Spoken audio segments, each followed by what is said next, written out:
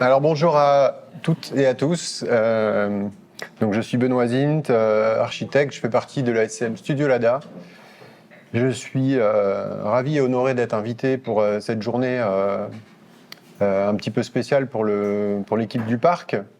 En préparant cette conférence, j'ai ressenti le besoin d'aller rechercher trois définitions, enfin ou plutôt oui, des définitions de plusieurs termes qui me semblaient un peu importants, qui allaient être transversaux dans cette présentation et sans doute dans vos préoccupations quotidiennes. Alors je suis retourné chercher la définition de ce que c'est que le patrimoine dans un dictionnaire tout à fait courant, classique.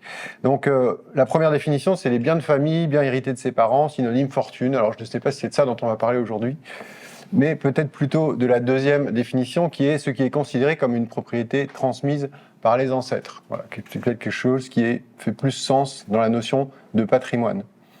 En tout cas, de la manière dont on l'aborde en tant que praticien. Et la notion de paysage. Donc, partie d'un pays que la nature présente à un observateur. C'est toujours intéressant de se dire que c'est une notion de quelque chose qui est perçu à l'œil. Et en deux, un tableau représentant la nature, ce qui finalement est assez juste par rapport à par rapport aux questions qu'on se pose et aux préoccupations qu'on a, paysagistes et architectes, sur la notion de paysage dont finalement nous sommes un peu les gardiens. Plus je avance dans ce métier, plus je me sens quelque part gardien je pense qu'on a une mission assez déterminante sur la notion des paysages urbains, ruraux en général. Et puis la notion de ressources que vous verrez réapparaît un certain nombre de fois dans la présentation, alors qu'il y a plusieurs définitions. Ce qui peut améliorer une situation fâcheuse, avoir la ressource de, alors peut-être ça nous intéressera moins. Les moyens matériels d'existence, les ressources sont modestes. Alors des fois, ça c'est un sujet qui nous préoccupe. La question des moyens, personne réserve dont dispose ou peut disposer une collectivité. Donc les ressources naturelles d'un pays, ça c'est quelque chose qui va par contre nous intéresser. Les moyens intellectuels et possibilités d'action qui en découlent. Les ressources d'un art. Vous verrez que les moyens, les possibilités, la question des ressources en tant que savoir-faire va également nous intéresser. Là, je vous montre des images que sans doute tout le monde a déjà vu passer, mais qui restent un petit peu le leitmotiv de notre travail. L'équipe de Studio Lada, qui est ni plus ni moins qu'une société civile de moyens d'architecture. Parmi ces personnes, 6 associés dans cette SCM, nous travaillons en exercice individuel, ça c'est un choix qu'on a fait, en société individuelle. Néanmoins, nous partageons un lieu, nous partageons des salariés comme toutes les SCM de France, et nous partageons également des préoccupations et finalement des envies de faire avancer les réflexions globalement dans le même sens. En parallèle, certains chez nous sont aussi engagés dans un mouvement qui s'appelle la frugalité heureuse et créative, qui a donné lieu à tout un tas d'actions, partage d'idées, mise en réseau. Et chez nous, il y a eu ce travail d'inventorier les ressources qui étaient aujourd'hui présentes sur le territoire. Donc là, en l'occurrence, c'est la Lorraine. Mais voilà, de se dire de quoi on dispose aujourd'hui et qu'est-ce qui est encore, parce que tout n'est pas totalement sinistré et totalement à l'abandon, qu'est-ce qui est encore actif et où on peut aller chercher des ressources pour construire de l'architecture. Alors, je vais vous passer quelques projets en revue, des projets qui ont un peu marqué les dernières années, disons, de l'exercice. Alors voilà, ça c'est souvent ce à quoi on a affaire, c'est-à-dire une petite ville de 2000 habitants, en l'occurrence au Haut-Dun-le-Roman, avec un tissu très, très, très hétérogène et très distendu, avec des opportunités foncières comme celle qui est sous ma petite main, là, qui avait été identifiée par le CAUE, pour être l'endroit où ils allaient pouvoir y construire la maison de santé. Et donc, la maison de santé, c'est quand même un projet qui est une des plus belles commandes, qui d'ailleurs est à la portée des jeunes agences. Je crois qu'il y a pas mal de jeunes confrères dans cette salle. Et la maison de santé, c'est sans doute un des symboles les plus forts de ce que c'est que l'action, enfin le pouvoir public et l'action publique dans les territoires, puisqu'on parle de déserts médicaux. Et probablement que construire une maison de santé est extrêmement chargé de symbolique dans un pays où il y a besoin d'avoir accès aux soins, y compris dans les villages les plus reculés. Donc, bon, après, voilà, on avait cette belle parcelle qui était en cœur de bourg, très desservie par des venelles, c'était assez chouette. Et puis, on a fait ni plus ni moins qu'un travail d'observation. On a retrouvé la pierre jaune, qu'on appelle la pierre de Jaumont, c'est dans le nord du département, donc on est assez proche de la Moselle. Et cette pierre de Jaumont, on l'a approchée, on est allé voir les carrières, et puis on s'est rendu compte qu'elle était extrêmement qualitative, donc c'était à la fois un atout mais aussi un problème, puisqu'on avait énormément de difficultés à l'impacter économiquement dans le projet. Donc on a élargi un petit peu le périmètre de recherche. On est allé jusque donc dans l'Aisne, dans une carrière la carrière de Sébastopol. On a trouvé une pierre qui avait quelque chose d'un peu jaune comme la pierre de Jaumont. Et c'est donc cette pierre qu'on a utilisée dans le cadre d'une construction mixte bois et donc structure bois, plancher, mur et enveloppe en pierre autoporteuse de 15 cm d'épais, donc construction massive. Le plan est extrêmement rationnel, on aime bien faire des plans rationnels parce qu'en général, ça nous fait gagner de l'argent pour des choses pour des vêtures, pour des matérialités. En fait, on nous dit toujours, mais pourquoi vous utilisez des matériaux aussi chers? C'est sûr qu'il faut trouver des astuces pour que tout ne soit pas de nature à surenchérir le budget des travaux. Donc souvent, on trouve qu'il est de bon ton de faire des bâtiments simples, en conception, parce que aussi c'est plus facile à suivre en chantier et à faire construire, parce que sur les chantiers on n'est pas dans l'industrie, c'est des hommes et des femmes qui construisent les bâtiments, et pour l'ouvrier qui ne comprend pas la conception du bâtiment, en général c'est extrêmement compliqué. Donc nous on est assez intéressés par cette idée que les choses doivent être limpides. Voilà la carrière, voilà l'entreprise qui sont des gens du monde du compagnonnage, SNBR à Troyes en l'occurrence, c'est des gens extraordinaires. On a découvert, et ils ont en plus cette espèce de valeur ajoutée dans l'approche et dans le travail qui est un véritable régal. J'ai souvent l'habitude de dire que c'est aussi une recherche de confort et de plaisir personnel dans le fait d'avoir affaire à ces personnes, ces matières, parce que c'est notre quotidien, on a un tel investissement dans notre travail que on doit être vigilant aussi. Et ce plaisir qu'on reçoit, en réalité, on n'est pas les seuls à le recevoir, puisque les maîtres d'ouvrage, les praticiens sont ravis de ce bâtiment. Et je dirais même, ils sont d'autant plus ravis qu'une maison de santé qui a un pouvoir d'attraction, c'est la grosse difficulté qu'ils ont aujourd'hui, c'est d'attirer des médecins, des praticiens, des gens, parce qu'ils veulent pas aller travailler là-bas. Et alors, on va pas être démago, c'est pas l'architecture qui les fait venir, mais ça y contribue quand même quand les locaux sont confortables, agréables, ensoleillés, que la note de chauffage n'est pas trop salée à la fin de l'année, et que voilà. Donc voilà, ça c'est un jeu sur on retrouve l'art de la stéréotomie, donc la composition des façades avec des modules de pierre dont on est toujours très très vigilant sur la dimension, être dans le juste équilibre technique économique. Ça c'est vraiment quelque chose de fondamental.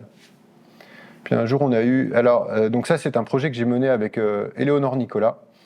Et le projet qui suit, je n'y ai pas participé directement, c'est Xavier Géant et Christophe Aubertin qui ont travaillé sur une commune, un concours dans le Puy-de-Dôme, pareil, une petite commune assez normale, j'ai envie de dire, banale, et la volonté de construire un groupe scolaire qui était assez important. Donc vous voyez ce plan, toujours une recherche de rationalité pour que les choses soient simples, limpides, et qu'on puisse y apporter les éléments dont j'ai pu parler dans le projet d'avant. Alors il y a toujours cette démarche de faire du bioclimatisme, c'est-à-dire qu'on essaie de dépendre le moins possible des ressources fossiles pour chauffer les bâtiments. Ça ne veut pas dire qu'on ne les chauffe pas. Le passif, c'est inférieur à 15 kWh par mètre carré par an. C'est pas on ne met pas de chauffage. D'accord, il faut du chauffage.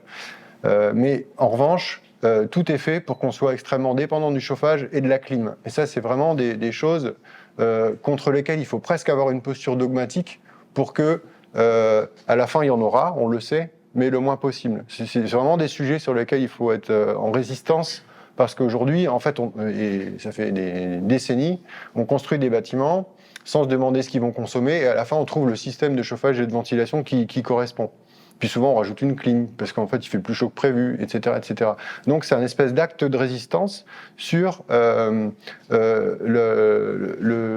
l'hypothèse qu'on puisse se passer au maximum, et non pas totalement, d'énergie fossile pour chauffer ou rafraîchir les bâtiments. Alors, vous voyez, le schéma, il est assez parlant. Voilà. Et puis, il y avait eu, dans le cadre de ce projet, une recherche sur un autre matériau. Souvent, on essaye de tirer quelle est l'opportunité de ce projet. Parce que tous les projets n'offrent pas les mêmes possibilités d'exploration. En l'occurrence, celui-là était assez propice à l'étude de la Terre. Donc, il y a eu des murs en terre coulée qui ont été réalisés en refend intérieur. Pareil, on y va crescendo, on ne fait pas de folie, la terre non stabilisée en mur extérieur, je sais pas quoi, les trucs. On essaye de faire, de monter step by step sur les projets et de prendre le temps de découvrir ces modes de construction qui sont quand même pas simples, qui nécessitent aussi de l'obstination et de lever des verrous. Et ça se fait projet après projet en essayant d'être toujours plus efficient. Donc là, il y a la filière bois locale en Auvergne qui a été convoquée. Et puis un beau reportage photo qui nous est parvenu il n'y a pas longtemps où je trouve qu'il y a quelque chose d'assez beau sur la manière dont vous vous souvenez du grand plan H que je vous ai montré en premier. Quand on l'a rendu au concours, on s'est dit mais on va se faire dégommer avec un plan comme ça, c'est pas possible. Et puis en fait, le jury a compris qu'un plan comme celui-là, associé à une coupe comme celle que vous avez vue, eh bien, ce sont des gabarits qui finalement sont relativement courants dans du tissu de ce type-là, pavillonnaire, voilà. Donc voilà, des vues de cette maison, de cette maison pour écoliers, des salles de classe, voilà. Puis il y a ce projet un petit peu spécial qui était le besoin de construire un office du tourisme en face de la confiserie qui attire le plus de touristes en Lorraine, quelque chose comme ça. La confiserie de Plainfin, c'est des chiffres complètement ahurissants. Et donc, ils ont voulu construire l'office du tourisme en face, c'était pas bête. Donc, pareil, il y a eu le repérage du territoire, qu'est-ce qu'on peut utiliser, comment est-ce qu'on peut évoquer le fait que c'est un office du tourisme ici et pas ailleurs, et qu'est-ce qu'il peut raconter comme histoire ce bâtiment, et voilà, il a ce côté très narratif de dire c'est un sol et ce sont des murs en grès puisque la carrière est toute proche, ce sont des aménagements intérieurs en bois d'arbre avec des bois sciés très simplement et peu ou pas transformés, un toit très simple et puis une économie sur la toiture parce que il y a des endroits où il faut être plus économique. Et voilà, il y a cette espèce de monolithe là qui interpelle un petit peu et qui quelque part est un peu démonstrateur finalement à la fois de la ressource, de cette couleur qu'on connaît tellement bien parce qu'elle est sur tous les clochers, elle est dans tous les villages, sur un bâtiment public ou l'autre. Et puis l'intérieur, voilà, cet aménagement. Pareil, on sollicite des entreprises du secteur qui sont extrêmement fiers à la fin. Enfin, c'est vraiment quelque chose de vécu, cette fierté partagée sur les projets. Et puis il y a eu la halle de Saint-Dizier, qui est un projet un peu plus important, qui a une longue histoire. Je ne vais pas vous passer tous les épisodes, mais en gros, c'est une démolition, reconstruction d'un marché au même endroit, puisque la halle était totalement hors d'usage, avec comme particularité que sous le marché qui a été démoli, il y avait une énorme cave dans laquelle il y avait des chauves-souris et une rivière souterraine et je ne sais encore quoi, et c'était un casse-tête terrible. Et le concours a été gagné avec l'idée qu'il y avait une tradition du bâtiment à arcade, qui est présente en Lorraine et d'ailleurs dans d'autres régions aussi, et qu'il y avait cette envie de restituer cette esthétique et ce côté fédérateur que peut avoir le bâtiment entouré d'arcades, ce qui était quand même assez approprié à la fonction de marché. C'est un projet de Aurélie Husson et de Christophe Aubertin, donc qui sont allés à la découverte des carrières de Euville, dans la Meuse, donc non loin de Saint-Dizier. Et de nouveau cette entreprise un peu hors du commun qui sont SNBR, ils ont fait Astérix et Obélix, ils ont superposé des énormes pièces de pierre pour former ces arcs. Voilà, et finalement arriver à cet équipement public qui est extrêmement valorisant de la reconquête du centre-ville de Saint-Dizier, qui est une ville qui est plutôt sur le déclin et qui a besoin d'équipements de ce type-là pour redorer son image, en fait. On est vraiment là-dedans. On est dans la recherche de modifier l'image d'un cœur de ville pour créer de l'attractivité. Et ça, c'est des logiques auxquelles on peut assez facilement contribuer. Il y a ce plafond, ces arcs, la vue de nuit. Voilà, c'est un bâtiment qui est très photogénique, vous pouvez le voir. Voilà. Et puis, des projets plus silencieux, plus dans la réparation. Et on est assez intéressé par ce thème. Il y a une architecte du patrimoine chez nous qui est Aurélie Luçon, qui a accès à ce type de projet. C'est un patrimoine, en l'occurrence, protégé. C'est un château classé du 18e au nord de Thionville, dans un village qui s'appelle Manom. Et là, l'idée, c'est surtout de ne pas laisser sa trace, ce qui est quand même à l'opposé de ce qu'on nous apprend dans les écoles d'architecture. Enfin, ce qu'on nous apprenait, parce que l'enseignement évolue et a beaucoup évolué. Et là, il s'agit juste de refaire comme c'était à une période qui est celle qui nous semble être la bonne. Et alors, je ne rentrerai pas dans les détails, mais là aussi, c'est vraiment la convocation d'entreprises qui ont un savoir-faire, qu'on sous-estime, qui sont souvent vouées à détériorer ce savoir-faire au profit de constructions ultra archi-économiques sans intérêt, avec des produits abominables. Et en fait, c'est pas si vrai que ça, puisqu'il y a encore cette entreprise qui est Madalon, en l'occurrence, a un savoir-faire. Ils ont un carnet de commandes qui ne désemplit pas. Et vous voyez, par exemple, moi j'aime bien cette image parce que c'est une greffe. Alors peut-être que certains ont déjà vu ça, mais c'est une greffe d'un bois, c'est-à-dire que le maintien de ce bois de charpente est privilégié à un remplacement. C'est quand même aux antipodes de tout ce qu'on peut nous vendre aujourd'hui comme logique de faire et de penser. Et on vient simplement changer ce qui est à changer. Vous voyez, il y a une pièce ici qui vient liaisonner un bois qui doit avoir une centaine d'années parce qu'il a sans doute brûlé une première fois ce château, et ce bois qui est tout neuf. Et alors, c'est peu de choses, mais c'est quand même assez représentatif de l'idée qu'aujourd'hui, on va réparer. Vous voyez, par exemple, ça, c'est une pierre qui était abîmée. Eh ben, une pierre qui est abîmée, quand elle est suffisamment épaisse, on peut l'entamer et la reconstituer. Ça s'appelle une greffe. C'est un langage qui est souvent proche de la médecine, pas pour rien. Les piquages d'enduits, on refait des enduits. Voilà, les zingues.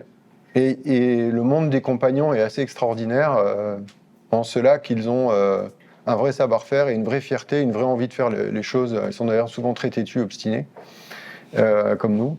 Et voilà, ce sont en général des très, très belles expériences humaines. Ça, c'est un autre projet, pas tant pour le projet, c'est une école à Metz. Un jour, le directeur m'appelle, parce qu'on travaillait pour eux, et il me dit « Oh là là, le claustrat est en train de tomber sur les gens dans la rue, on a appelé les pompiers. » Et alors, il a fallu changer le claustrat. Et puis, évidemment, en bon architecte, on a essayé de faire autre chose que ce qu'il y avait. Donc, on a imaginé un type de claustrat, puis un autre, et puis encore un troisième. Et puis, à chaque fois, on s'est dit « Mais attention, il y a un type de fondation, on ne peut pas surcharger, on ne peut pas sous-charger. » Et à la fin, le bon sens, c'était de dire, mais et si on refaisait exactement la même chose? Et donc, on a retrouvé des éléments de ce claustrat qui étaient cachés sous l'escalier, mais le fabricant ne le produisait plus. Alors, on était un peu... ce qui nous semblait être finalement la bonne logique n'était pas réalisable. Et donc, on a ouvert les pages jaunes et on s'est rendu compte qu'il y a encore des gens qui produisent de la terre cuite un peu à volonté. S'il y a des Alsaciens dans la salle, vous le savez peut-être mieux que nous, mais il y a cette briqueterie qui est à Niederwiller. Donc c'est en Moselle en l'occurrence, mais il y en a une aussi en Alsace. Et alors là, je recommande à tout le monde de visiter cet endroit un jour parce que c'est extraordinaire. C'est une plaine avec des terres argileuses à profusion. Il y a l'usine qui est un peu comme celle de Charlie et la chocolaterie. Quand vous rentrez là-dedans, vous savez plus dans quelle époque vous êtes. Et donc vous voyez, la terre, elle est là. Donc les tas de terre sont ici. Le gérant, M. Henselmann, il va aller chercher avec son chargeur. il met ça en tas ici, il bâche s'il y a nécessité, et puis il met tout dans un wagon et il monte ça en haut au premier étage, et après tout se refait par gravité. Et donc, évidemment, il y a plein de produits différents. Il y a ces tuiles vernissées qui sont magnifiques, ces tuiles canal avec tout un tas de particularités. Il y a de la brique de réemploi, de la tomate. Et là, il m'a dit oui, ok, ça je peux vous le faire. Combien il vous en faut? 3000? Ok, vous avez quel budget? Tant. Hop, il a pris son truc, son calepin, il a dit ok, c'est bon. Donc, il a refait les 3000 modules. Donc là, vous voyez, ça s'appelle un module byzantin. C'est une extrudeuse qui le sort. Là, il règle sa machine pour que le fil que vous voyez là coupe à rythme, à fréquence régulière. Bref, c'était assez étonnant. Donc, il y a du séchage, puis ça a été refait à l'identique. Puis finalement, l'architecture, c'est aussi des fois savoir avoir l'humilité de faire quelque chose qui était déjà très très bien auparavant. Il y a ce bâtiment que certains d'entre vous connaissent peut-être, c'est l'usine de Saint-Dié, l'usine Le Corbusier, donc l'usine Duval. Là, il y a eu 2 interventions. Il y a eu le remplacement des menuiseries en chêne, comme à l'origine, et puis il y a eu le parvis qui est en grès. Donc je passe rapidement, beaucoup de travaux de comment c'est fait au départ, comment on va le restituer, comment on règle légèrement les quelques défauts qu'ils ont. Et puis après, il y a eu ce parvis qui est une placette devant une école avec des contraintes de stationnement. Alors pareil, il faut toujours lutter sur la question du stationnement pour qui on est, mais pas trop. Et un travail avec comment il s'appelle, Rudy Bord, ouais, c'est ça. Donc graphiste qui a apposé ces textes qui sont des explications touristiques du bâtiment. Donc je passe. Une maison, tout ce qu'il y a de plus ordinaire à Colombage, qui a été rénovée, mais assez profondément. Donc par un particulier, c'est une commande qu'on fait pas beaucoup et je voulais simplement la montrer. Aussi pour dire que la maison à Colombage rénovée, ça peut être quelque chose. Donc cette belle maison est restée une belle maison et c'est essentiellement l'intérieur qui a évolué. Après, il y a le restaurant de Dabo qui va peut-être intéresser certains d'entre vous. Donc ça, c'est... Puis alors, je suis allé chercher des images, enfin, j'ai ressorti des images anciennes, donc c'est assez intéressant. Tout le monde connaît l'histoire du restaurant de Dabo? Non, c'est quoi? Vous connaissez pas l'histoire du restaurant de Dabo? C'est un effet de lumière.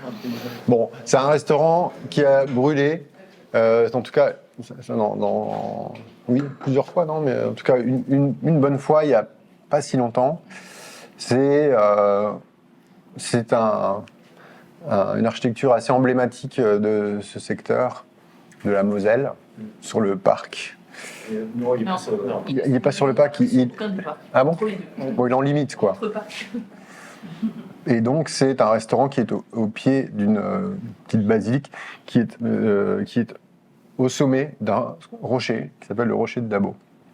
Donc, c'est le rendez-vous des gastronomes du secteur. Et pour des raisons obscures, il a brûlé.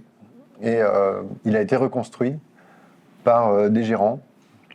Donc c'est une architecture qui essaie de maintenir ce qu'on peut maintenir, sachant qu'après un incendie, c'est quand même assez compliqué, parce que même des ouvrages en pierre peuvent être extrêmement endommagés. Et voilà, il y a ce jeu de texture et de matérialité. Et aussi ce jeu de où était l'enveloppe avant, où est l'enveloppe demain. Il y a un paysage complètement à couper le souffle. Donc il y a évidemment des cadrages sur les Vosges. Et donc c'est le choix du Tavaillon qui a été fait pour une espèce d'enveloppe toute face de ce bâtiment. Alors, autre ambiance, ça c'est des 2 opérations de collège assez similaires. Donc, un dans le nord du département, Meurthe-et-Moselle, et l'autre à Commercy. Ça, c'est plutôt sur la thématique de du patrimoine, mais tardif 20e, comment on répare tout ça. Et alors, en l'occurrence, cette expérience-là, elle est un petit peu triste parce que c'est un concours qui a été gagné, qui était fléché réemploi. Donc, on avait travaillé avec Bellastock, qui sont quand même assez experts sur le sujet, qu'est-ce qu'on garde pas, quel levier réglementaire on arrive à actionner pour pouvoir utiliser en l'occurrence tous les éléments de façade. Là, on les sortait comme des portières de voiture, on les remettait en peinture comme une portière de voiture après un accident, et on les remettait en place dans une façade qu'on venait reconstituer en autonomie du squelette, puisque ce sont des bâtiments qui sont sous-dimensionnés en réalité, parce que ils étaient très méticuleux sur les volumes engagés.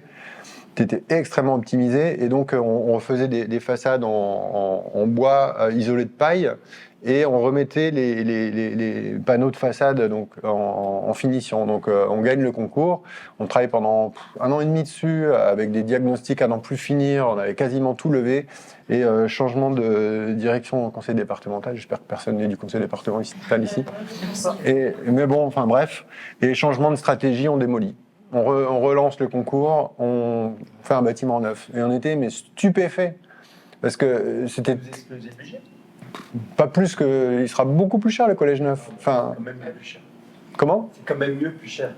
Non, mais c'est à n'y rien comprendre, parce que ce que je vous dis là, vous en êtes tous convaincus, je pense, de la nécessité de réduire son emprunt, de soigner, quoi. D'éviter les volumes, parce que en plus c'est des façades compliquées, il y a du polyuréthane, et en fait non, ça n'a plus convenu, donc c'est un projet qui est en train de tomber aux oubliettes. Les arguments pour faire du neuf, c'était quoi ? C'était de dire que, et alors à juste titre, techniquement c'est extrêmement compliqué, parce que il y a des problèmes par exemple, il y a des sujets de charge d'exploitation.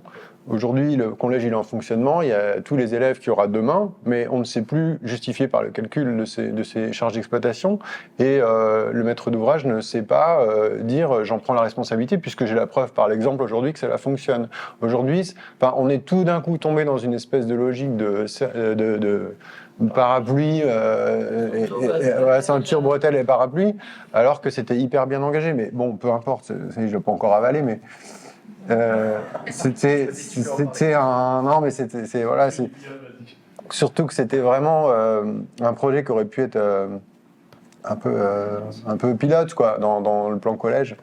Et Commercy, alors bon, lui on l'a perdu, donc c'est pas grave, mais... alors là, c'est assez intéressant, parce qu'en fait, c'est un bâtiment comme il y en a dans toutes les villes, et il était en béton, et il avait des pathologies à n'en plus finir à l'intérieur. Il y avait des fissurations, il y avait des tassements différentiels, il y avait du pianotage de dalles, donc les dalles étaient en train de se sauter les unes sur les autres, il y avait tout un tas de trucs, et donc on a fait le projet autour de ce que les ingénieurs nous ont dit. Ils nous ont exprimé le souhait de ne pas ajouter à toutes ces pathologies dont les surcharges étaient à l'origine, de rajouter encore des surcharges, c'est-à-dire des isolants, des je ne sais quoi. Donc on a dit très bien, alors on va supprimer les derniers étages, on va revenir en R+1 et non pas en R+2, et on va construire un bâtiment neuf, parce qu'en plus les deux plots étaient assez éloignés de l'un de l'autre, et c'était toujours 2 collèges au lieu d'1, quoi. Donc on a proposé de construire celui-là intégralement en bois. Ça permettait d'arriver au niveau hors du label bio, je sais pas quoi, enfin bois, je sais pas quoi, qui leur donnait accès à des subventions. En plus, grâce à ça, comme on le faisait dans un temps 1, on n'avait pas d'installation de chantier d'Algeco et tout ça, on mettait les gamins directement dans une première phase livrée au bout d'1 an. Enfin, il y avait que des bons arguments. Et puis finalement, on l'a perdu. Et c'était vraiment dans la thématique de la transformation de cette architecture qui est pleine de qualité, mais qui a aussi énormément de défauts. Et aujourd'hui, notre rôle, c'est de savoir évaluer tout ça, et c'est de savoir aussi dire, et quelque part, c'est pas grave de le perdre, parce que c'est aussi remettre un peu les problématiques qui font que bien souvent les opérations partent dans la mauvaise voie, c'est qu'on n'a pas anticipé tout ça, on a essayé de gagner le concours, et puis finalement on rencontre tous les problèmes qui vont être rencontrés quant à la surcharge d'un bâtiment qui est déjà en souffrance par rapport à une situation donnée. Certini, ça c'était plutôt une étude de Agnès qui travaille sur la revitalisation des cœurs de bourg, donc avec des actions comme vous avez pu en détailler vous de votre côté tout à l'heure, avec avec des démarches participatives. Je vais peut-être moins en parler, parce que je crois que vous en avez beaucoup parlé aujourd'hui. Et alors, un autre contexte assez intéressant, qui est une zone industrielle vraiment bien hard, à Neuve-Maisons. Et aujourd'hui, la ville commence à saturer en foncier et se repose la question de la possibilité de vivre plus au quotidien sur ces équipements et sur cette zone qui est assez dure en termes de paysage. Et donc, symboliquement et politiquement, c'est assez fort. Ils décident d'y installer leur siège, donc le siège de la communauté de communes, un bâtiment ultra rationnel, on gagne en concours, qui est en train de se terminer, avec pareil une réflexion sur donc la structure bois, les espaces, des cheminées de ventilation sur ce très grand bâtiment, ventilation naturelle. Une réflexion sur des jardins de pluie aussi, sur la gestion des eaux de pluie à la parcelle. Voilà, donc c'est en train de se terminer. Et il a eu ça de particulier, ce bâtiment, on a mis en place un chantier participatif de fabrication de 18 000 briques en terre crue. Donc c'était un peu fou comme projet. Donc on a identifié des terres qui allaient pouvoir permettre de réaliser les 18 000 briques. Donc on s'est entouré de les compétences d'Amaco, qui est un spécialiste dans le domaine. Et puis comme on avait des grands hangars parce que c'était une usine de béton en fait, sur laquelle on a construit le siège, on a profité du fait qu'on avait ces très grands hangars pour pouvoir mettre en place cette briqueterie éphémère qui a duré le temps de 2 chantiers participatifs. Et on a sollicité eh bien les riverains, les gens intéressés par l'éco-construction, pour en contrepartie d'une formation qui leur serait dispensée, produirait un certain nombre de briques. Voilà. Et donc c'était une espèce de transfert de compétences qui était assez intéressant. Donc les scolaires évidemment sont venus, ça a été une belle aventure. Et ça, c'est donc les murs de Refend qui ont été construits avec ces briques d'adobe. Donc pas de ciment, pas de cuisson, matériaux crus, vraiment. En termes de déconstruction, c'est des projets qui sont au top, parce qu'on sait très bien que dans tant d'années, on les démolira et on se posera la question des gravats, quoi. Et puis ça, c'est dans les projets un peu du moment. C'est du patrimoine en milieu rural, dont on est des fois on sent les élus un peu embarrassés. Et quelquefois, ils ont une vision extrêmement opportuniste, dans le bon sens du terme, en se disant mais en fait tout le monde se plaît, tous les habitants se plaisent dans en l'occurrence le château de Jarny. Et si on y faisait un lieu où on ne sait pas vraiment ce qu'on va y faire, mais où on va peut-être dans les 10 prochaines années parler de citoyenneté, parler de nature, puis peut-être que dans 30 ans on parlera encore d'autres choses qu'on ne soupçonne pas aujourd'hui, et on fait des lieux un peu capables d'absorber les débats du moment, quoi. Et alors évidemment on se pose on va rechercher l'histoire, c'est des domaines qui sont gigantesques, qui ont un potentiel dingue. À une époque où le climat réchauffe, ces parcs sont des oasis de fraîcheur qui sont vraiment extrêmement appréciables. Et puis, on se pose avec eux la question des opportunités qu'il peut y avoir dans des bâtis de ce type-là. Donc, il y a le colombier et puis il y a le château. Et donc, voilà, on les accompagne, on imagine des scénarios. Donc là, on va attaquer le clos et couvert, parce que c'est des chantiers sur 10 ans. Et tous les ans, on fait une tranche. Donc on va attaquer le clos et couvert, on leur permet de faire les travaux dans le bon sens pour ne pas avoir à faire pour défaire, parce qu'ils ont des subventions qui arrivent. Et en fait, une des compétences qu'on ne soupçonne pas forcément, c'est être canalisateur de subventions. C'est-à-dire qu'eux, ils ont de l'argent qui leur est presque promis, mais il faut qu'ils l'utilisent tant que possible intelligemment. Donc à nous de leur dire, ok, donc ce château, c'est ça peut être fait en tant d'années, et tous les ans, votre petite subvention, vous allez l'utiliser pour faire les choses chronologiquement et dans le bon ordre. Donc vous voyez, c'est par exemple des salles de mariage, des salles de banquet, des salles de conférences, des salles de on ne sait d'ailleurs pas quoi, et on ne veut pas le savoir. L'important, c'est que la salle puisse, vous voyez, comme cette salle puisse permettre tout un tas d'événements, et puis la possibilité de faire des mariages, parce qu'aujourd'hui, ils ne peuvent plus les faire. Et comme c'est un patrimoine qui n'est pas protégé au sens de la DRAC, c'est un patrimoine qui nous donne plus de possibilités et plus de souplesse quant à dire ce mur de refend à l'intérieur, on le démolit parce qu'il faut faire une grande salle des mariages, sinon on n'aura toujours que des petites salles et on ne pourra jamais faire de... Et ça, c'est assez... pour travailler aussi sur des monuments classés, c'est assez agréable. Ça, c'est l'ancienne synagogue de Phalsbourg, voilà, qui a bien du mal à accoucher de ce projet de pôle musical. Ça, c'est une ancienne halle sidérurgique qui va être transformée en salle de concert à Longwy. Donc pareil, c'est des choses dont les élus sont au départ embarrassés et finalement, à la fin, ils en font une plongée de leur mandat et c'est extraordinaire. Puis ça, c'est tout autre chose. C'est un projet avec Delphine qui doit être par là, non, elle est remontée. On travaille sur les carrières de ville dans le cadre d'un enseignement à l'école d'architecture, mais c'est tout autre chose. Donc elle est là, Delphine. Donc voilà, on travaille sur cette collaboration avec le parc. Donc je n'ai pas préparé de conclusion, mais je pense qu'on travaille tous un peu dans la même atmosphère, dans la même époque, dans les mêmes, des fois, face à des idées, des fois des contextes souvent contradictoires. Et notre rôle, des fois, c'est d'essayer d'aider aux gens, aux élus en l'occurrence, à y voir clair. Et on ne fait pas seulement des objets architecturaux joli à regarder, et je pense que notre rôle, c'est aussi d'aider à y voir clair dans ce monde compliqué. Voilà. Je vous remercie de votre attention.